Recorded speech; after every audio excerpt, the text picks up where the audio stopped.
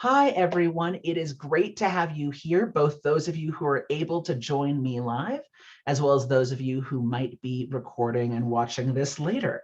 My name is Lee Harrington. I'm a sexuality and spirituality educator based out of Denver, Colorado, which is also the unceded territory of the Ute, Cheyenne, and Arapaho people. If you don't know whose land you stand upon, I encourage you to check out native-land.ca, and don't just look at the website and go, oh, that's interesting, but to also try to do some form of reparations or other form of giving back to those populations that have been upended through colonization. Tonight, we're going to be talking about finding your unique voice as an educator, because every single one of us has something we can share with the world.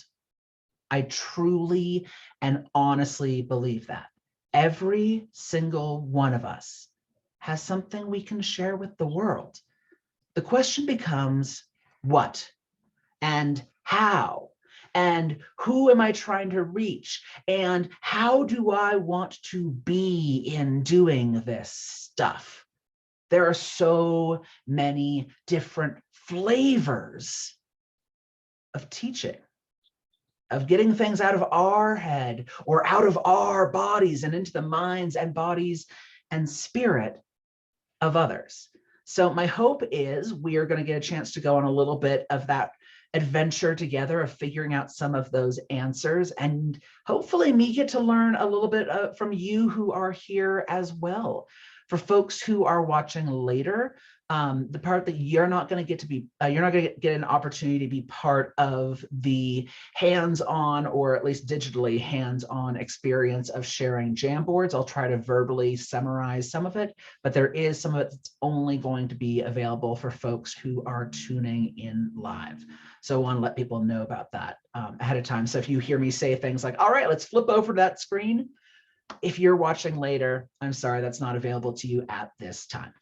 All right, so with that said, I want to share a little bit about who this human is in front of you, because I think it's really important for us as educators and teachers and sharers of wisdom and knowledge or comedy, whatever it might be, for people to know what lenses we're coming from, to know our background, to have an idea of who is this person in front of you.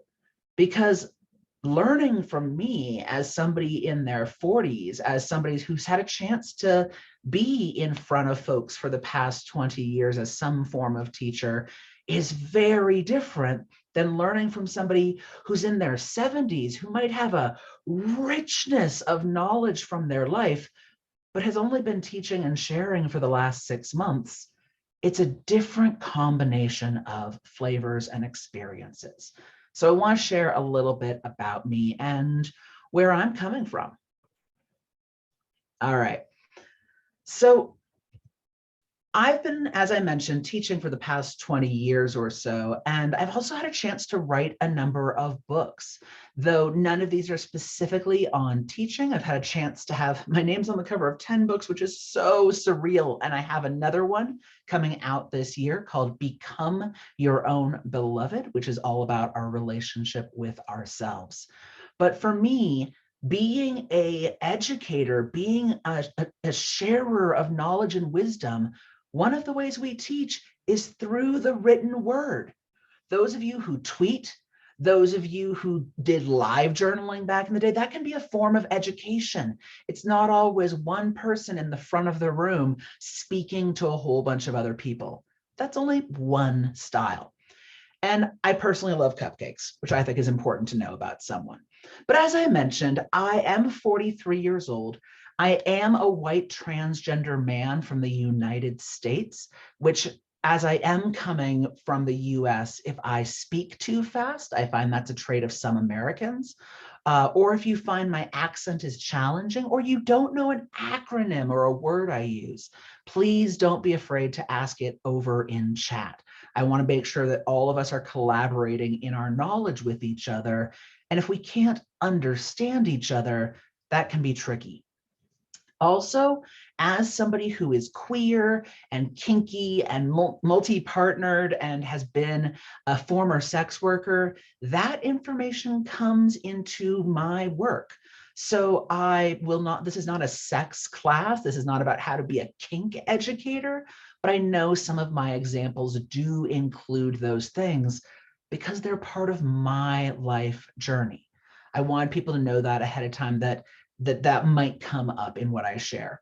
Also, I am somebody who lives with often invisible disabilities.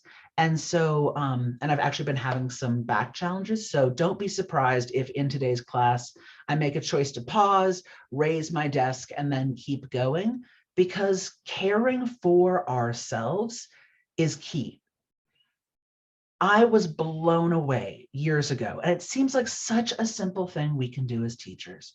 But I saw somebody at a conference I was at, and it was in one of those hotels that has the folding chairs that want to suck your soul out of you. I don't know if those, like where it's the plastic hard thing that you hate your life at the end of a full day. It was one of those conference spaces. And the teacher said, hey, and if your backs are hurting, feel free to lay down on the ground or walk around in the back row, behind the back row if you want to just get out of these chairs, because the chairs are kind of horrible. And I remember freezing and going, wow, that person at the front of the room just not only became a person who was providing a less ableist space, because so many of these teaching venues can be so focused on an assumed capacity of body, but also let everybody know you can be you as a student instead of having to conform to these shapes. When we as speakers say, hey, if you want to pull out your crochet while we're doing stuff, if you want to take notes, if you want to live tweet while we're doing this, these kinds of permissions say a lot about who you are as an educator. There's other people, though, for whom that is not a fit at all. I think of some rope bondage teachers I know over in England that are what are considered didactic lecturers. They stand in the front of the room. They are the teachers, and the rest of you are the students. Such a different teaching style to somebody saying, oh yeah, move around, do what you want to do. If you've got additional ideas, let me know, let's collaborate. Different styles of sharing, teaching, and of learning. I also, though, when we talk about creating this space, we're online today, but this space can be in person. It can be offset by time. People who are watching this later, we're having some, I'm not remembering the word right now, but that difference in time when we're learning these things. But the container we're creating still gets to have agreements and rules. Some of these are based on our assumptions from our culture, but I really like when we state them formally, because it lets all of us have an opportunity to make sure we want to be in this space that is being created, that we have a chance to opt in or opt out. It makes educational a consent-based activity. So some of my expectations and requests from you, as well as myself. The first one is take care of you. If you need to go to the restroom, do it. If you need to turn off your screen and stretch because you've had far too many hours in front of a computer today, do it, right? Take care of you. Also, what is heard here stays here, but what is learned here leaves here. And what I mean by that is if I say something like, if I share the name of someone who is a former partner and I talk about the details of what our breakup looks like, and I'm a student in the room, you as another student, there's a difference between saying, oh, this person whose partner was named this, and share all of someone's personal details, That's very different than saying, someone in the room talked about their breakup and it reminded me of this, or this is a lesson I wanted to share that I really have been thinking about, right? Take what you've learned rather than someone else's details. Also, this is a space to be kind and respectful. Yes, it is a learning environment. Say things imperfectly. You might not know how to ask the question right, as it were. But we can also be kind to each other. Someone's not using the right word. Give people space for imperfection, but respect is key. Understand that if you are sexist, racist, homophobic, transphobic, ableist, or use other forms of hate speech, you will be removed from this space. And I wanted that known ahead of time. If you, like me, are the helium hand person, are any of you that are here like helium hand? Yeah, right. If you realized you've asked 3 of the questions in a row, I'm going to invite all of us to also take a step back and leave some space for those of us who are shyer to ask a question. And if you have a question or a thought that you don't want your name attached to, feel free to send a note directly to me, like in the chat. You can have a chat go to everyone or just one person, and I'll happily read your thought out loud without your name having to be attached to it. So I wanted to provide that as an option. Yes, please, your hand is raised. Go for it. Since you mentioned raised hands, do you have a preference about us just having a sudden question, waiting till you're done with the section? What do you prefer as far as our questions are in chat? Thank you so much for asking, because yes, every single teacher out there has different preferences. Though my usual preference is either the little emoji that raises hands or somebody asking over in chat. One of the things I would rather do is have learning be accessible to you. So especially for folks who are in this room who might be on technology that makes those things challenging, or who might have different learning realities or life realities, feel free to unmute yourself if those things are not accessible to you. I would rather have somebody interrupt me, as it were, than to not have a chance to have their voice heard. Yeah, does that answer the question? Awesome. I appreciate you asking that, because that's how we make this a collaborative learning space, right? Also, know that being here is active and ongoing consent. If you don't like the conversation, feel free to leave. It's okay, right? That's okay too. And then lastly, I do want to note that everyone is coming from their own filters and histories. I mentioned some of my own, but having taught a number of times recently with a group that's based out of Berlin, and at that group, they have people who are coming from 7 or 8 different native tongues that are in a space where I'm teaching in English. I've had to really take a step back as a teacher and go, okay, where am I making assumptions? Where am I expecting that a word means a certain thing? I will always remember years ago, I was visiting England for the first time, and somebody was walking up the stairs in front of me, and I said, oh my God, you have such a cute fanny, because I was being flirty, because they'd been being flirty with me. And they all fell over laughing. And I was like, well, what just happened? And it turns out that in English, rather than American English, fanny is slang for the vulva. And so therefore, somebody wearing a fanny pack becomes a completely different conversation than for Americans.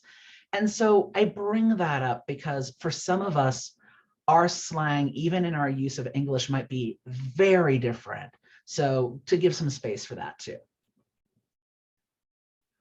Now, I'm curious for those of you who are here. Feel free, I'm going to put it on.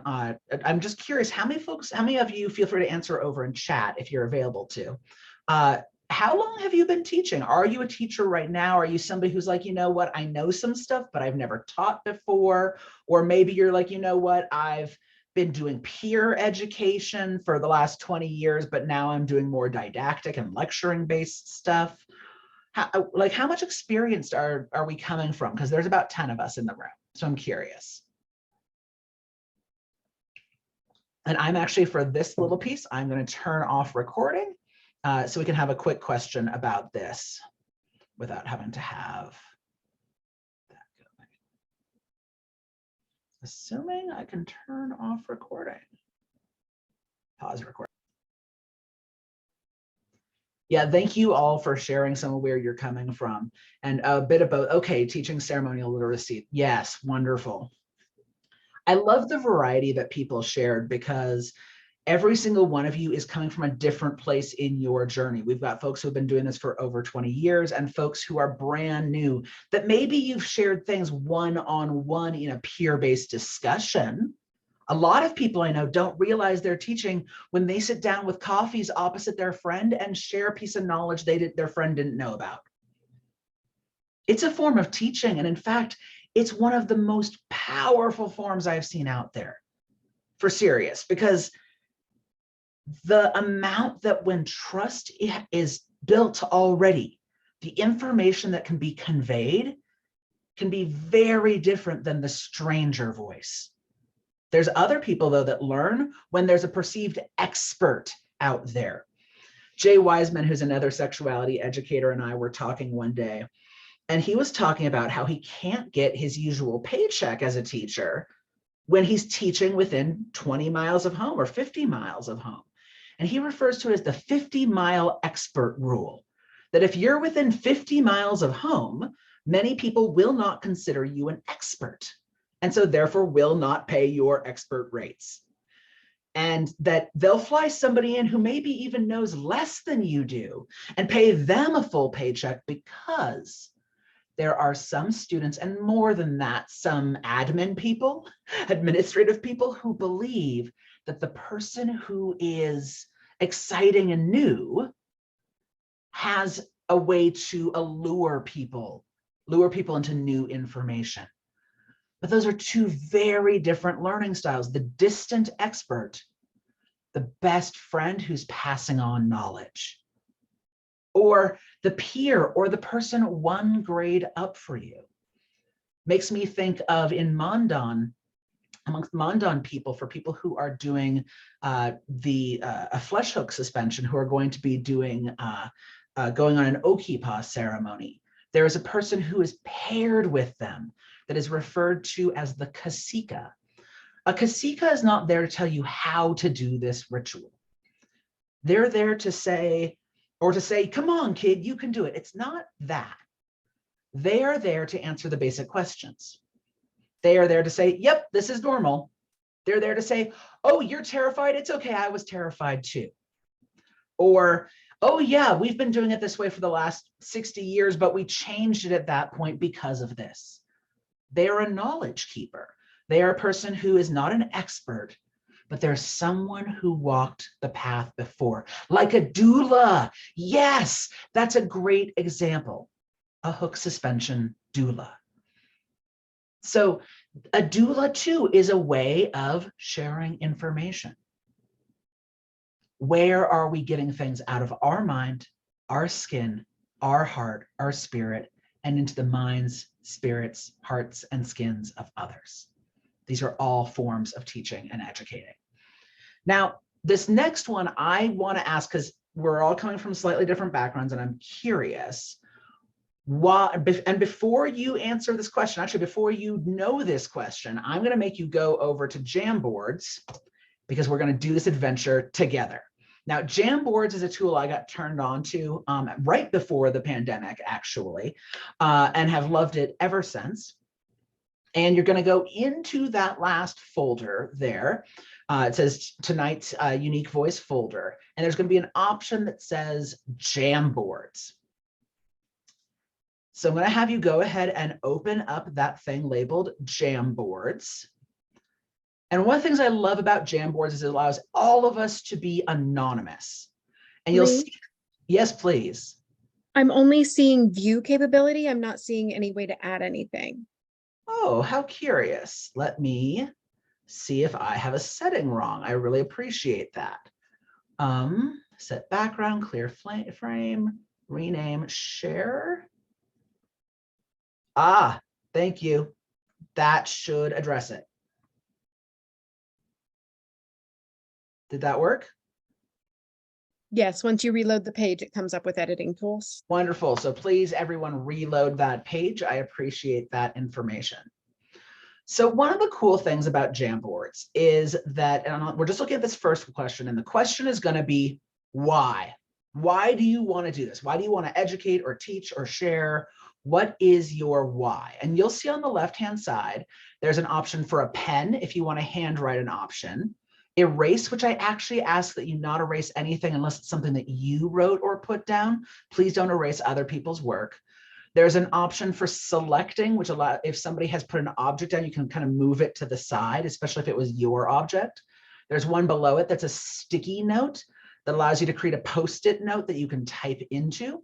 Underneath it is an option for adding an image, which is where the why came from. And then there's other ones that allow you to do a text box or circle something. So I'm going to give everybody a few minutes and put some Post-it notes up there and move the Post-it notes around. I want to see some of your reasons. Consider this like a communal sketchboard or a giant, if you all had chalk or some pens and a giant Post-it note, right? This is what this is on a digital level. So, and if this is not an accessible tool for you, feel free to either put stuff over in chat and I'll transfer this over, or unmute yourself and I'll type it up for you. Because I'm curious, what are some of your whys? And you might have 7 Post-it notes. That's fine too. You do you, whatever works really well for your brain. And while everyone's doing that, I am going to pause the recording again, because I'm just going to keep doing that tonight.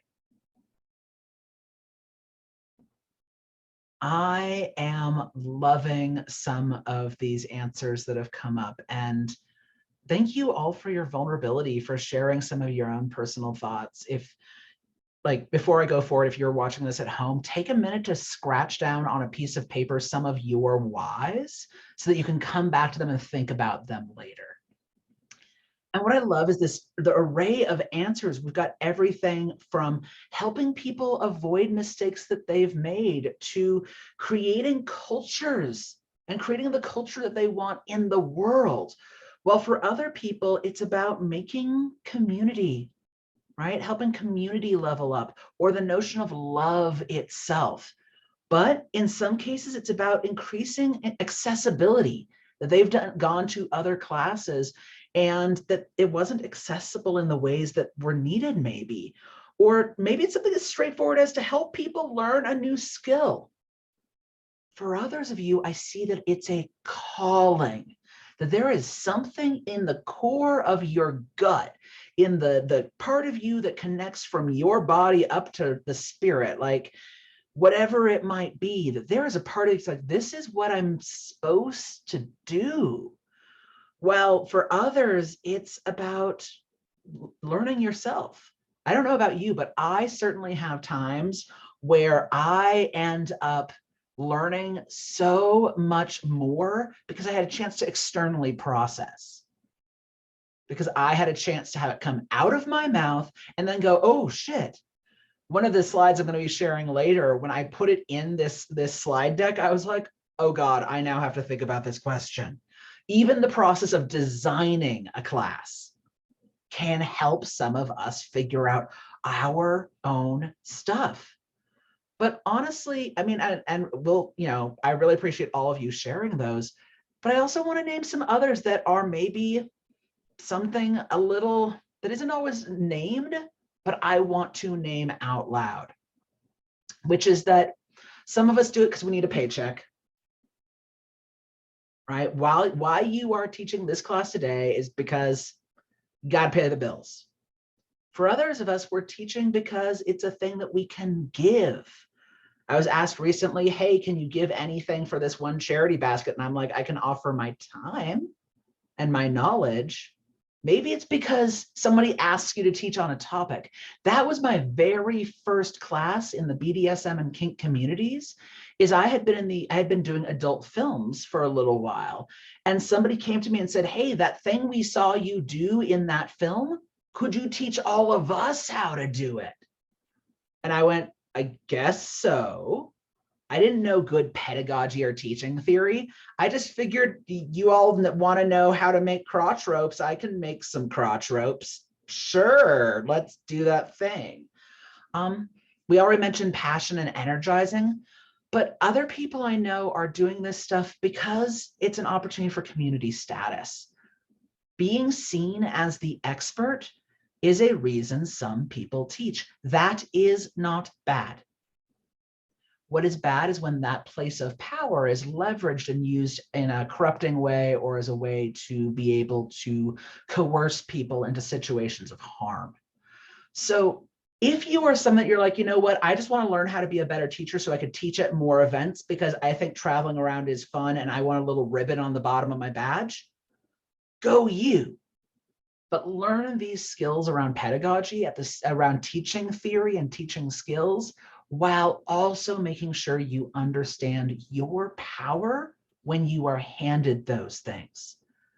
There is a difference between bringing somebody with you as a model if you're going to be showing decorative rope work.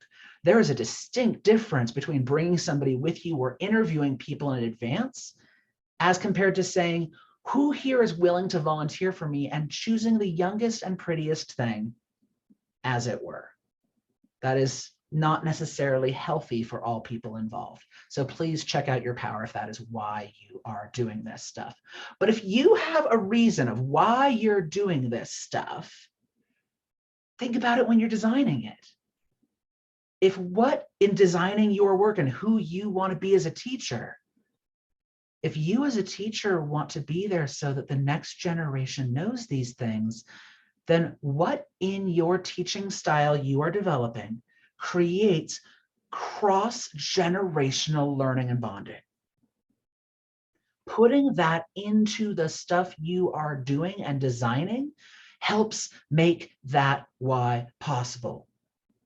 If for you it's about a spiritual calling, then what are you doing to thank spirit before and after your classes to ground you into your teaching style? Do you have rituals that you're doing? Do you have a moment where at the beginning of each of your classes, I can't remember her name right now, but there is this amazing woman who is a yoga teacher and sexologist out of Atlanta. She runs intensives in Tulum, Mexico as well. And at the beginning of every single one of her classes, she says, all right, before we dive into the information, I want us to all shake off our bodies. I want us to drop our shoulders. I want every single one of you to wiggle your fingers, wiggle your toes. I want you to shake your dreads out. I want you to be able to drop your, do whatever you need to do.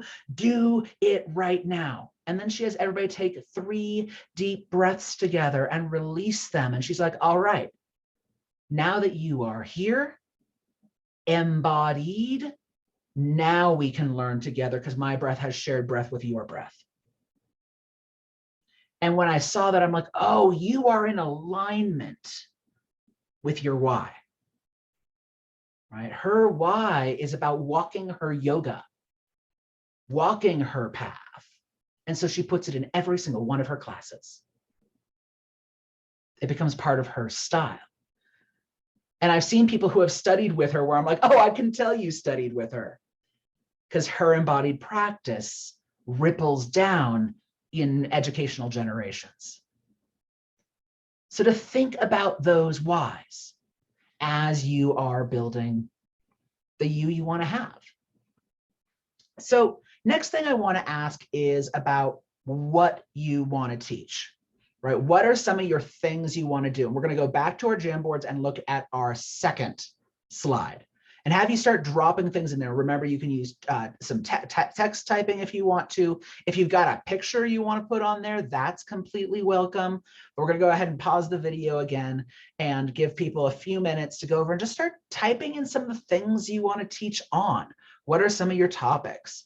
Oh, thank you so much. And yes, feel free to watch that on replay if you're a Spirit or Soul Pack level patron. All right, so let's go ahead and give ourselves 4 or 5 minutes to start answering some of our whats. So we've thought a little bit about our why. Let's look a little bit at our whats.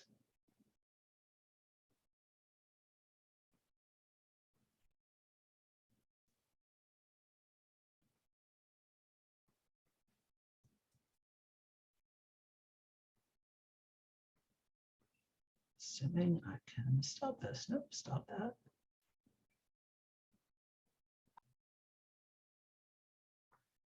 So we had a chance to share for about 5 minutes, both brainstorm and what I call heart storming as well. I don't remember who I learned that from, but that idea of instead of listening just with our head, what if we feel into ourselves and see what bubbles up? Especially when we're shared together. But digital spaces like this, to me, I love things that create the conceptualization of tactile experience. I can't actually hug someone. I can't actually put Post-it notes on a wall. But for that 5 minutes, it feels like I am, right?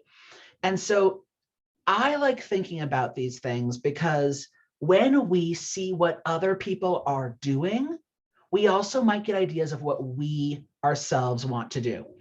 And when I was thinking about this, I kind of had 6 different major ways that I think of topics of like the topics of what we want to speak on. Because you might have things you want to teach on that are physical skills, or emotional and relationship tools, or personal experiences, or academic knowledge. Maybe it's about stories and history or herstories, or maybe this is around skills and knowledge shares. The things we speak on, one topic could hit on one of these, 2 of these, 3 of these. Let's say somebody brought up the idea of speaking on Druidry, right? Now, we could have a Druidry class be skills and knowledge share. I am going to teach you how to do this one activity. It could be around the history or stories. Maybe you're going to have, or it could be around personal experiences. Histories could be tales that have been collected of other druids that have come before. Personal experiences might be a panel of people who are of different druidic practices, all being asked the same question and sharing their personal experiences. Maybe your class on Druidry is not, you are not a druid at all. It's a lecture based on academic lore and knowledge. Maybe your Druidry class is actually about how you connect with yourself, your solo relational tools for being able to figure out what your Druidic experience might be, or around how you create that with others. Or it could be a literal physical skill. We are going to be building an Ogham set together, and we are going to now go collect different types of wood to be able to make this divinatory tool, right? So any single topic you come up with could fall into any of those 6 or something else entirely. So when you think, oh, I'm going to teach on this topic, and you see on a program at a conference, somebody else is teaching on the same topic, you don't know which of those approaches they're taking. You have no idea. Or who it's centered for. Is this supposed to be for solo people? Group people? What is this framework going to be that you are then going to drop your personality into, that you're going to flesh a class out of? Which voice, as it were, are you coming from? Are you coming from an academic perspective on a topic, or a personal life experience, or a blending of the two? And I would argue whichever one you choose, whatever you choose, stating that either in the class description or at the beginning of a presentation helps people understand where the content is coming from.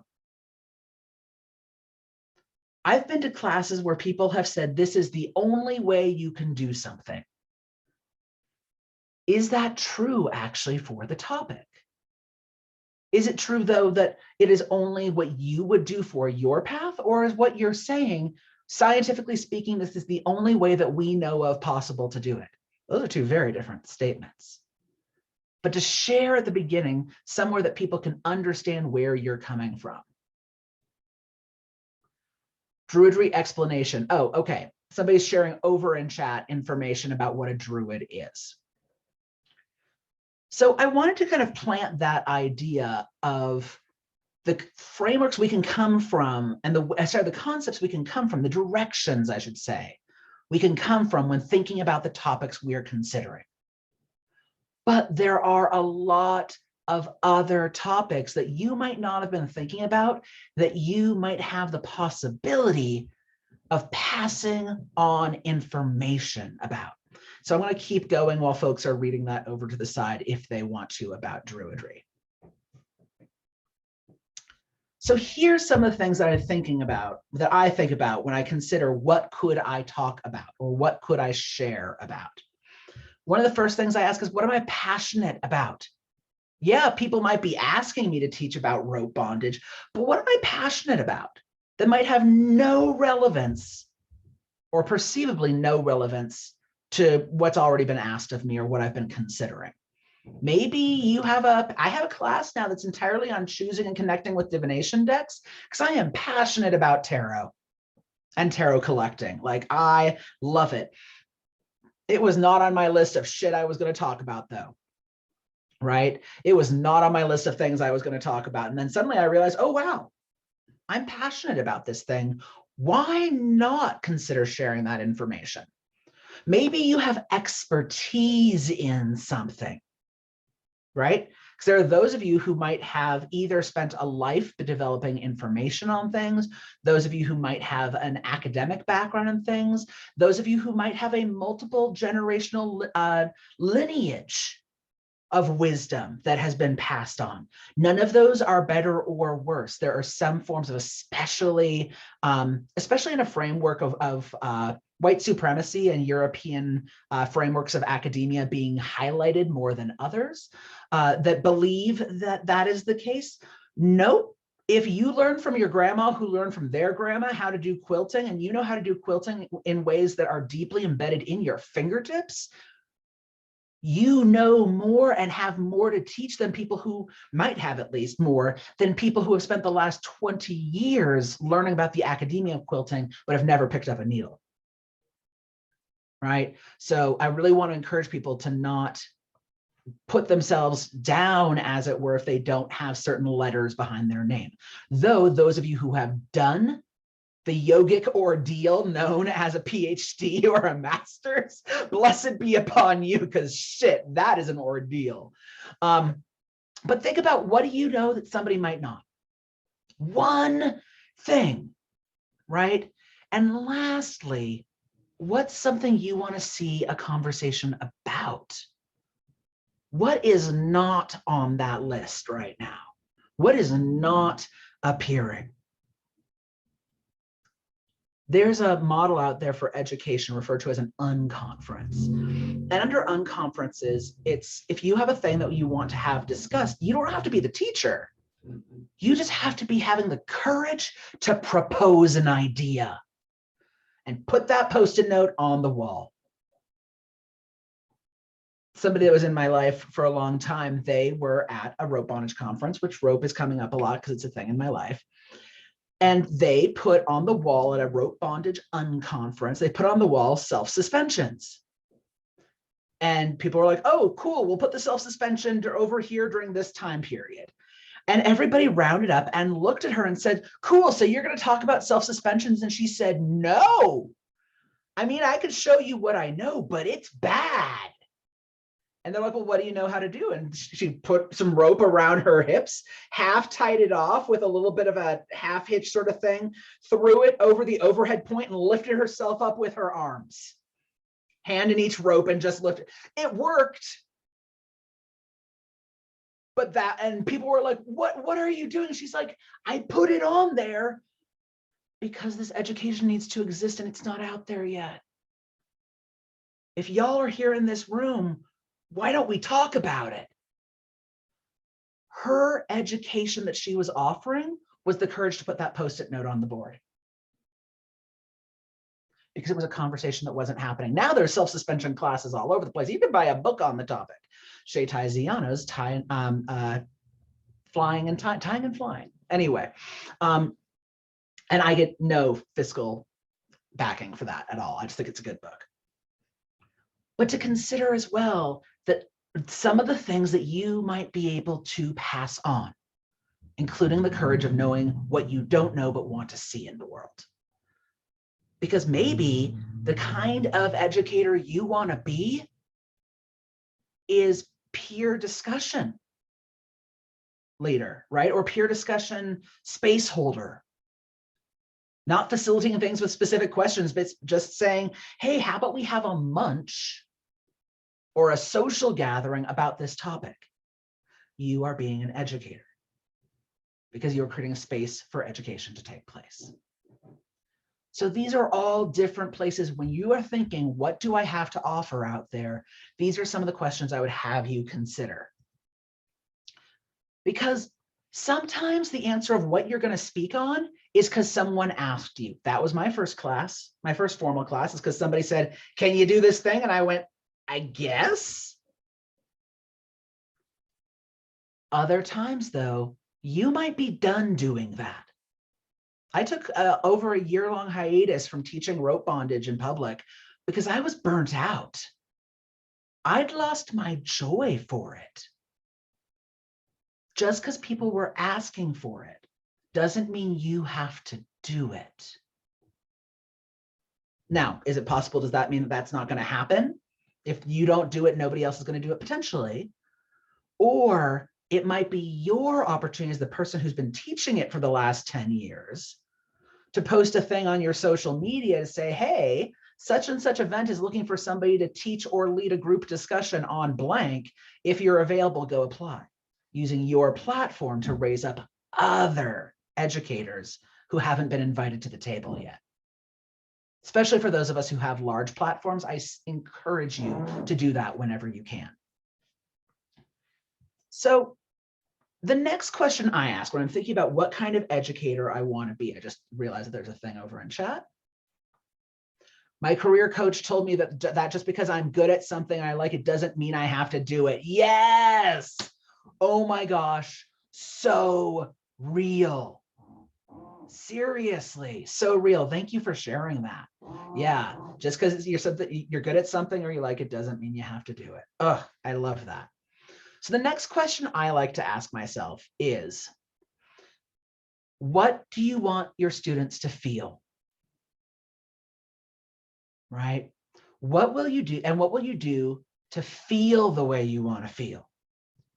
At the end of your class, do you want your students to feel capable? Do you want them to feel grateful? Do you want them to feel excited or prideful or joyous? What do you want them to feel? The person that I know who does the didactic lecturing style with rope bondage and then has people follow along with him step by step, while he and his bottom go around the room and critique people's every single twist and turn, his emotional foci is he wants people to leave confident.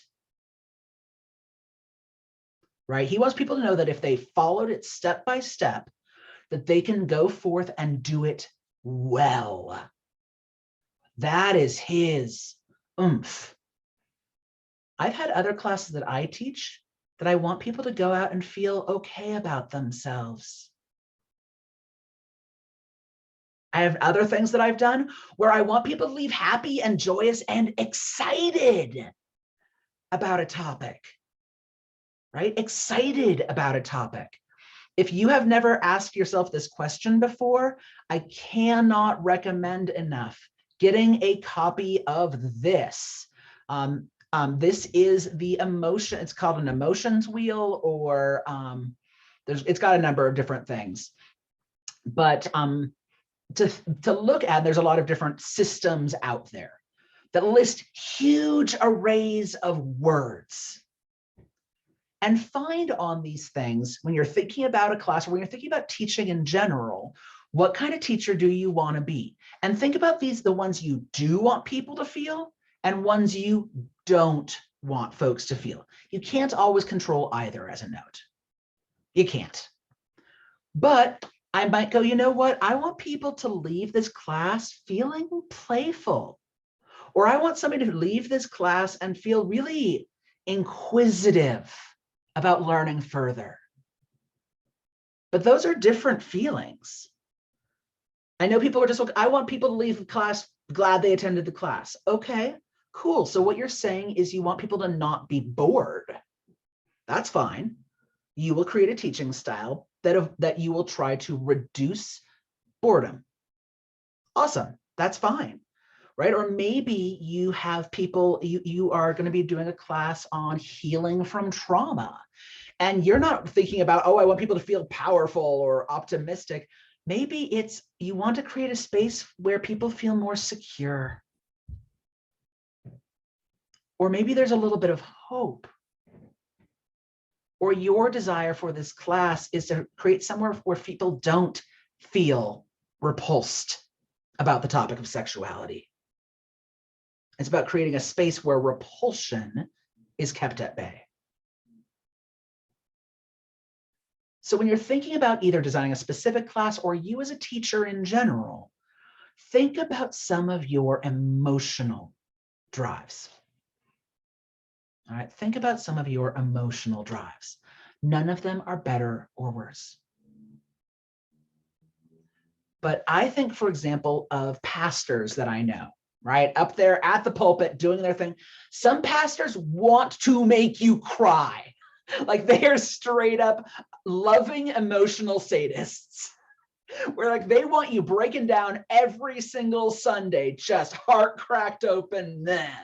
Other pastors I know who I swear are comedians.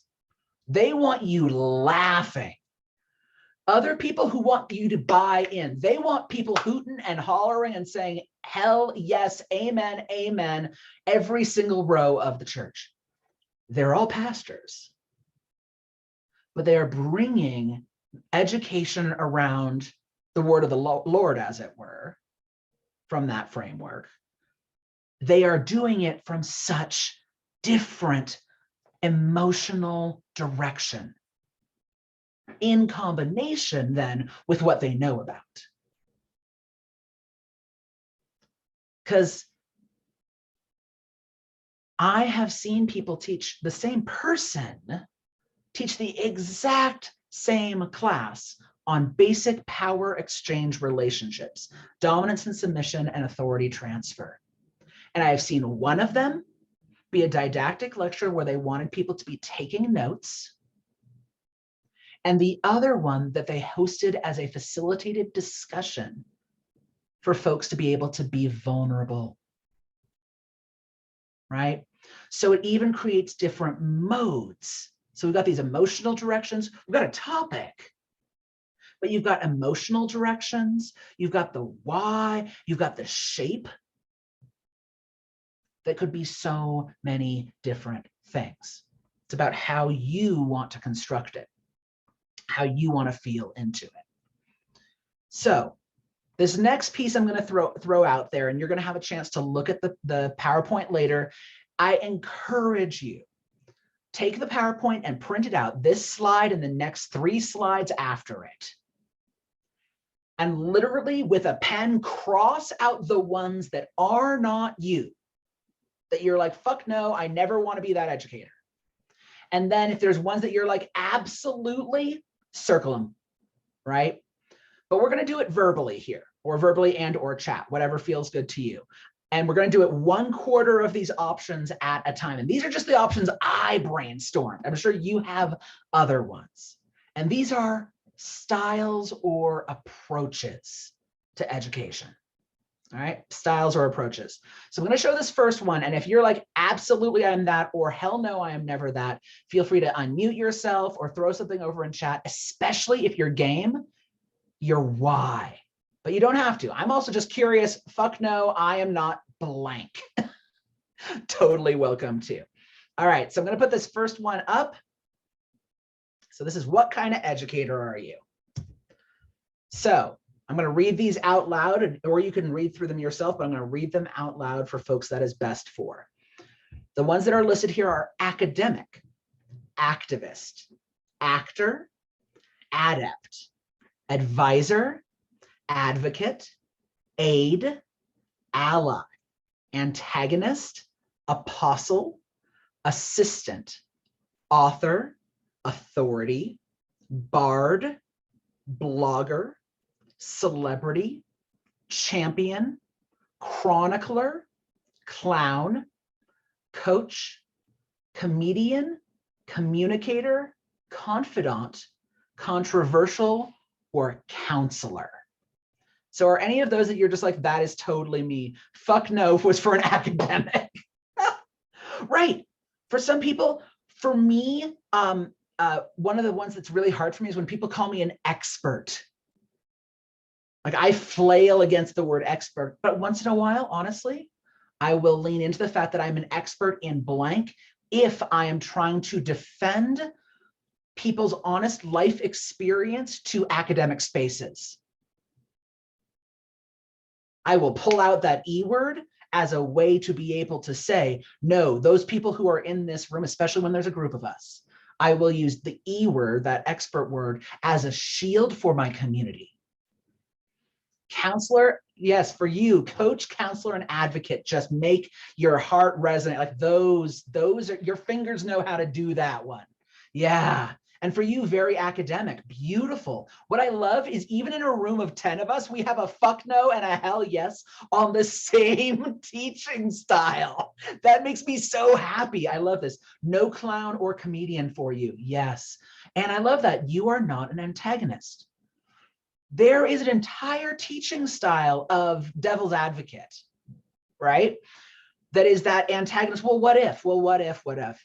I will note, antagonist is a style that is has been used for centuries as a way to be able to have people consider, have you considered this? Have you considered that?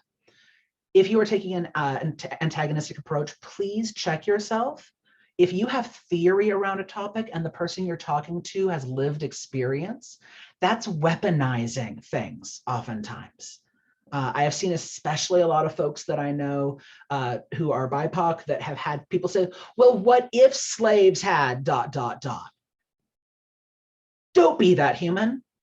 Check your privilege, check your points of privilege before you use antagonism as an educational style.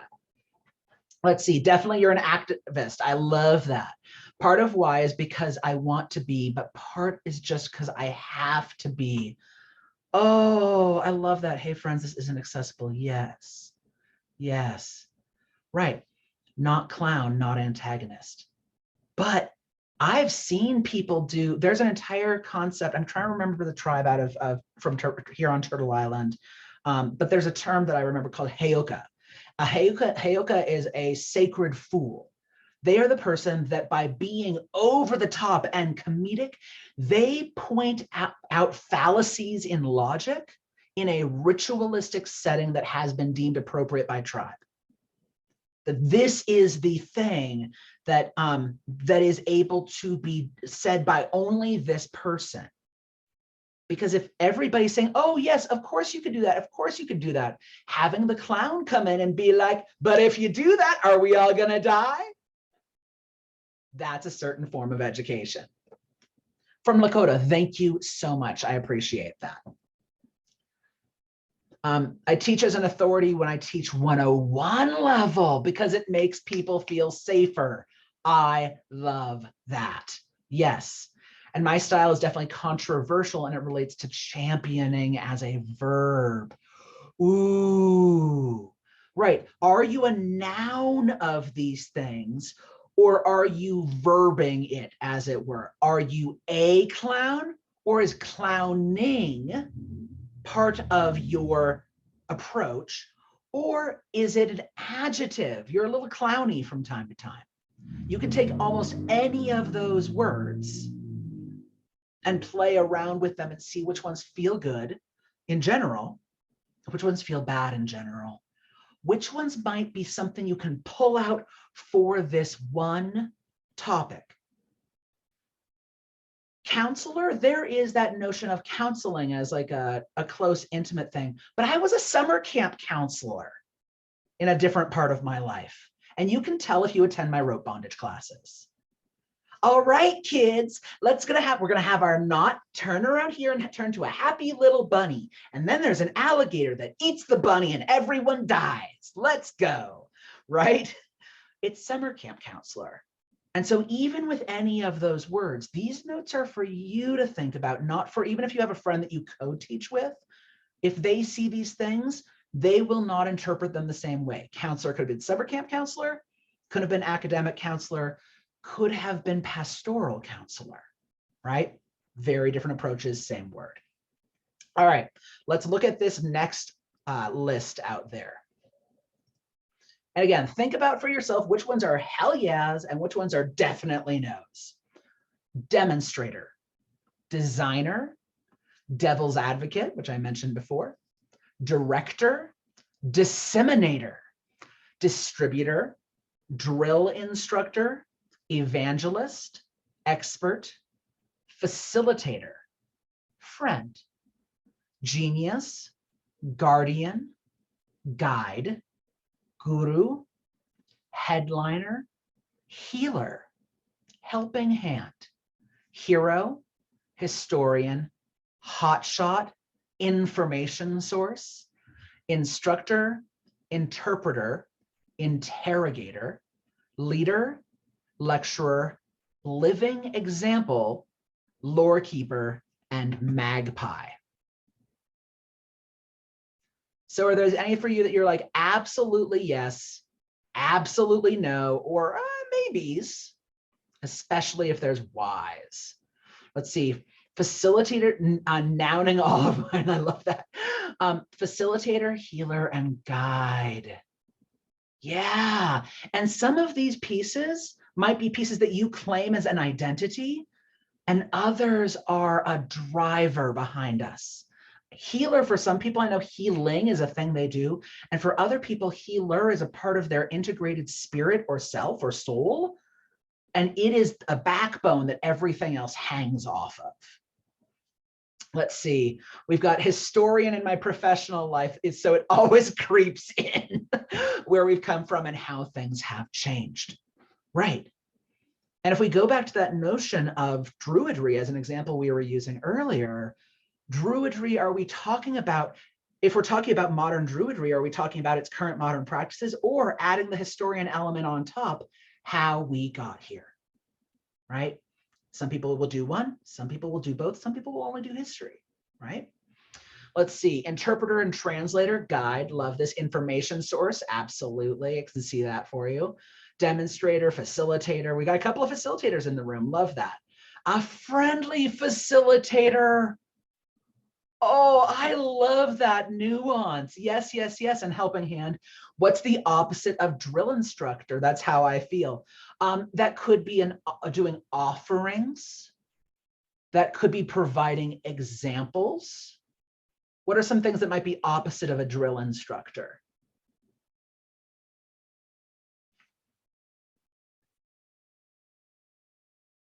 Let's see, we've got, can you do more about magpie means in this context? Oh, magpie is someone who will share everything and all the details, whether you want to know it or not.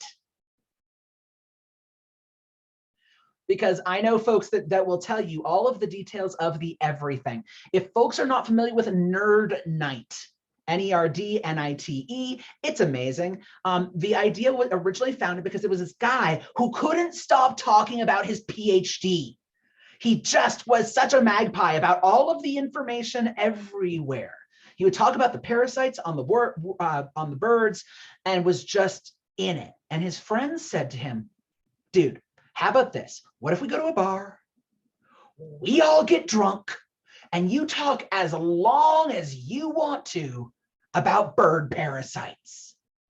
And then we will have absorbed the information, and then you shut up.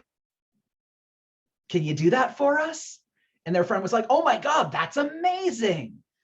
And then the people who got drunk had so much fun learning information they had no idea about, that it has happened since then. And there's hundreds of nerd nights all over the world. And it's an expert on, it's a person who's passionate, who's a nerd. There's a nerd. The first nerd night I went to was the 3 lectures that happened were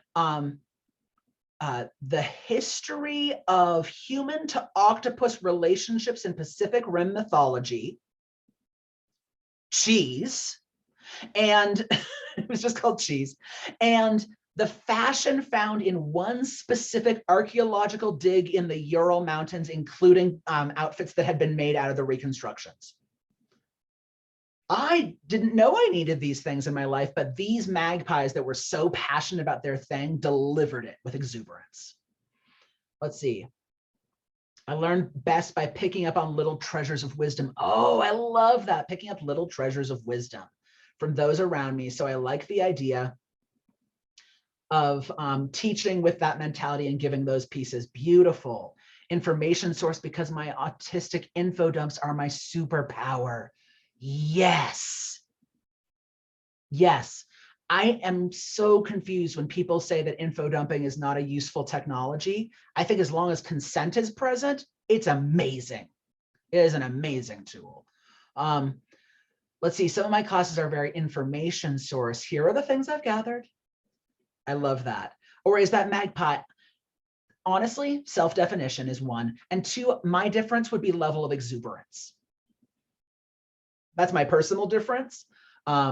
Friend, yes. I love it when, especially when people need to call me out or call me in, the form of education that is somebody sidling up physically next to me, leaning on my shoulder and saying, hey, dude, have you thought about this thing? Instead of saying to me, dude, you're an asshat, the power of learning from a friend is amazing. Way shower, ooh, I like that. Building people up. I took different terms differently, but they still apply. Yes. Right? This goes back to how do you use these words when you hear them? I think facilitator, but this is new for me. My two newest classes are facilitation, and I'm not sure how that's going to go. Right. Who are you facilitating? What are you facilitating? Because I think specifically when people are facilitating a panel, do you know how to lift up the voices of others? Do you know how to edit them and edit yourself? Is an entire skill set. Like, I know people who've trained just in how to do that, and I think it's a powerful thing to do. I feel like a living example too, this for some topics, honestly. Yeah, right. The number of times when I do my power exchange classes, one of the things I hear the most from people when I say, who have been your examples? And people mention media references, etc. The number of times I hear people say, this one pair of people I've met, this one household of people that I've met, they are who I learned from. They are who I learned about this topic from. And they've even never, in some cases, have never had a conversation with those people. They watched and went, oh, that's me. Right, that's me. All right, third screen. This one's a little shorter. Next one is master, mediator, mentor, mirror, moderator, motivator, mouthpiece. Old pro, orator, panelist, pastor, pedagogue, mouthpiece, philosopher, poet, preacher, presenter, priest, producer, professor, promoter, prophet, protector, and pundit. And thinking of poetry, I am going to read a piece from Young Pueblo's new book, Lighter, while people think about these ones. People who have experienced deep suffering and are still gentle with others do not get enough credit. To not let the hard things that happened to you win is heroic work. To drop the bitterness and still live with an open heart despite it all is a massive gift to the world. Pick the path that lightens you up, the one you know deep down is the right choice. Stop listening to doubt. Start connecting with courage. Do not let the idea of normal get in the way. It may not be the easy path, but you know great things take effort. Lean into your determination. Lean into your mission. Lean into the real you. So, young Pueblo, lighter. All right, let's see if we've got some answers here. Priestess, oh, yes. Let's see, we're done, no pun, old bro. I don't ever want to come across as a one-way teacher. I always have something to learn. Yeah, but for folks who grew up in didactic, right? One teacher to student, one-way stream of information, who grew up with that, some folks have it embedded in them. That's how they can learn best. In which case, if they are looking for an old pro, you can say, that is not me. Those three people over there have that style. We might not be a good fit. And one of the things I love about becoming an educator and learning your style is also building your Rolodex of other teachers on your topic. Ones you would recommend, ones that you do not think are necessarily people that you would pass on to others. Having both those Rolodexes that you can turn to can be really powerful, especially in saying, oh, you came to one of my classes, or you came to my sermon, or you came to my comedy show, or we were leaning on each other, joking as friends, and this isn't how you're learning stuff. Okay, here are two other people you might want to go to. Is such a valuable thing for community. Let's see, mentor, motivator, and pundit-ish. I love the ish. Yes, mentor, motivator, sometimes mirror, and often protector. Beautiful, but my style is about empowering students, so I also leave space for them to grow into protecting themselves. Beautiful. And one of my regular co-teachers for 101 classes is an old pro type. I think we make a good pair because of how much they go that way and how much you don't. Seriously, yes. And not a surprise here, pastor, priest. Yes. Let's see, I want my confidence in what I have to share to really be taken to heart by my students, whom are often unsure. Yeah, the power in being a rock. Power in being solid, even when we don't feel solid.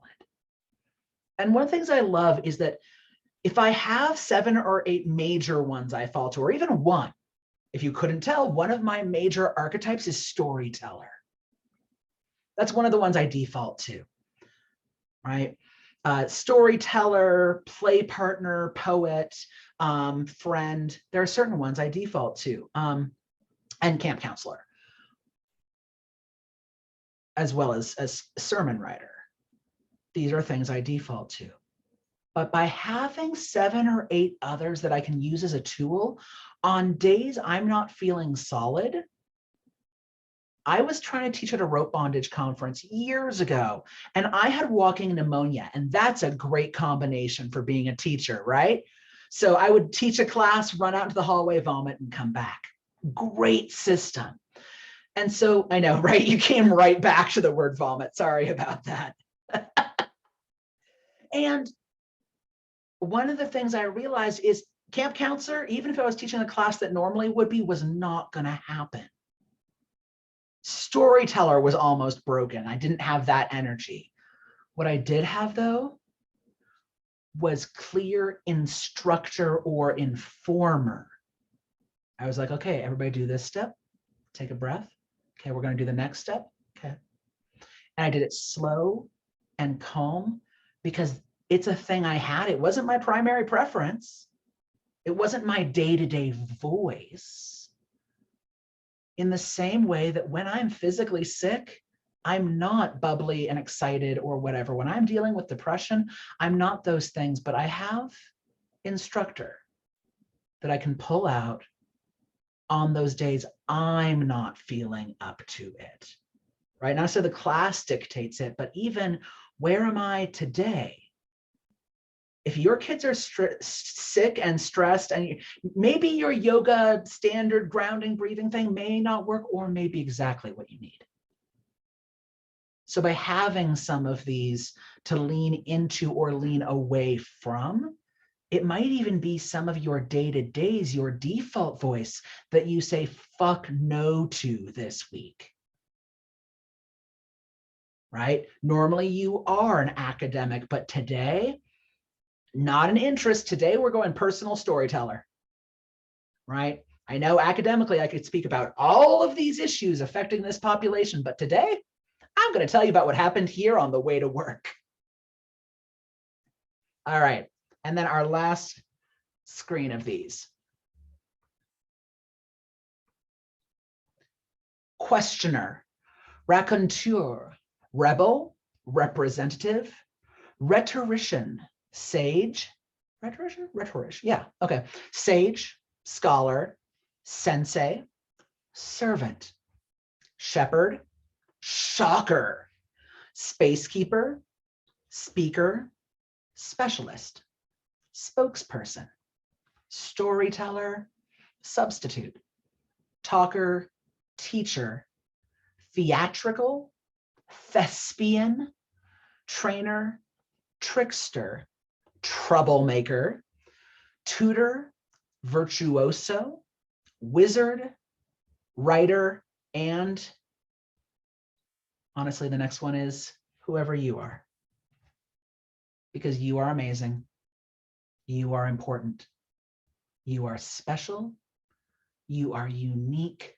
You are kind. You are precious. You are loved.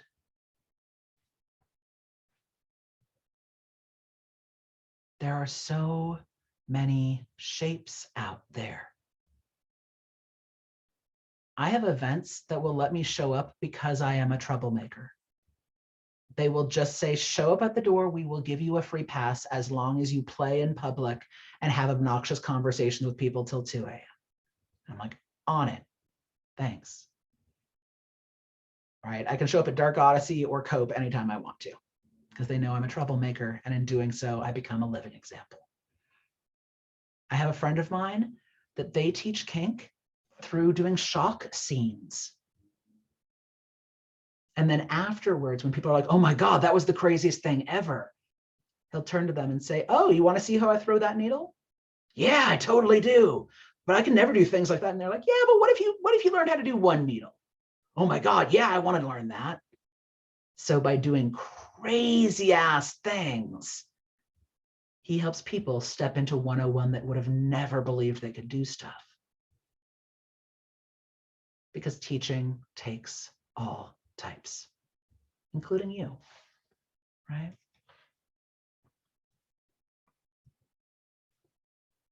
With all of these, this of course layers on to the question of, are we doing these things in person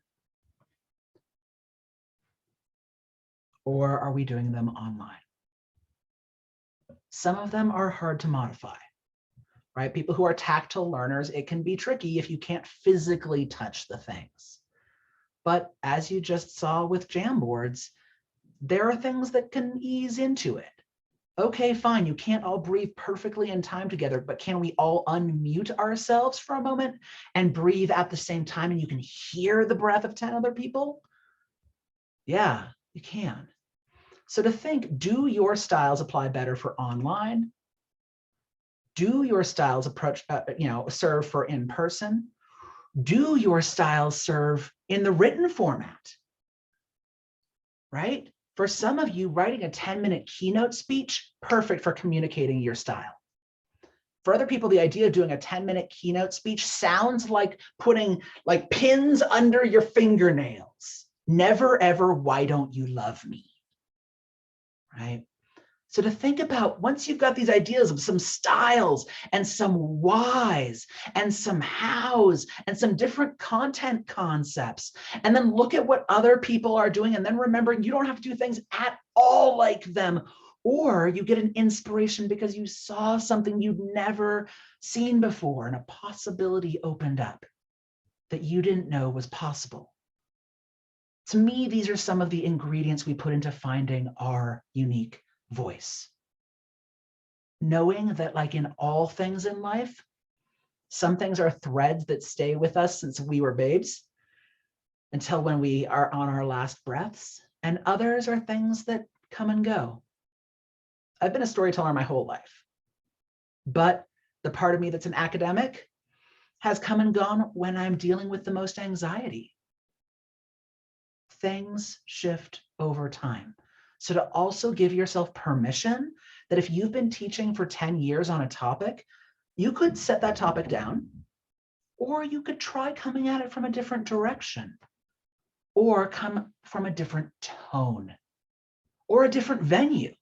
You've been lecturing on Druidry at pagan conferences for the last 20 years, but have you ever gotten to do it as an academic lecture before? And when's the last time you were part of, a group that we're all practicing together, and you were only working with the people who were on your path and you weren't teaching outsiders? Because I know some people who are done teaching outsiders and only want to teach people who are on their spiritual path. So let yourself evolve as well. And you prefer in person because you like the energy, right? That's beautiful. And in these current times, what would that look like? My former ma'am, Master Senna, had to stop teaching. We tried teaching online 3 times. We did like 2 interviews, 1 class and 2 discussion groups. She tried so many times to teach online, and she just looked at me and went, I can't. I just can't. And I went, okay, that's fine. Some of my things I do don't. Some of my things have actually done better online.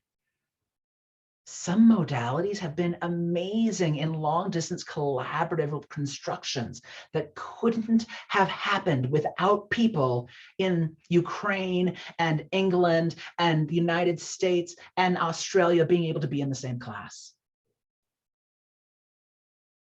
So to think for yourself with your own voice, what does that look like? What's the difference for you between being a friend who's showing another friend something in a phone call and talking to them about it versus a Zoom call versus over coffee but 8 feet apart because COVID isn't gone and 8 feet apart, or everybody being at the same risk profiles and hanging out at your house spooned up together and laughing about the topic? All 4 can be ways, or hell, a series of text messages sent at 3 a.m. about how they shouldn't go back to their former boo, right? Like they're all different ways you could teach a friend. None of them better or worse, but some that some of us are more strongly called to, and some that when we try, we are not a good fit for. Some that we are simply not a good fit for.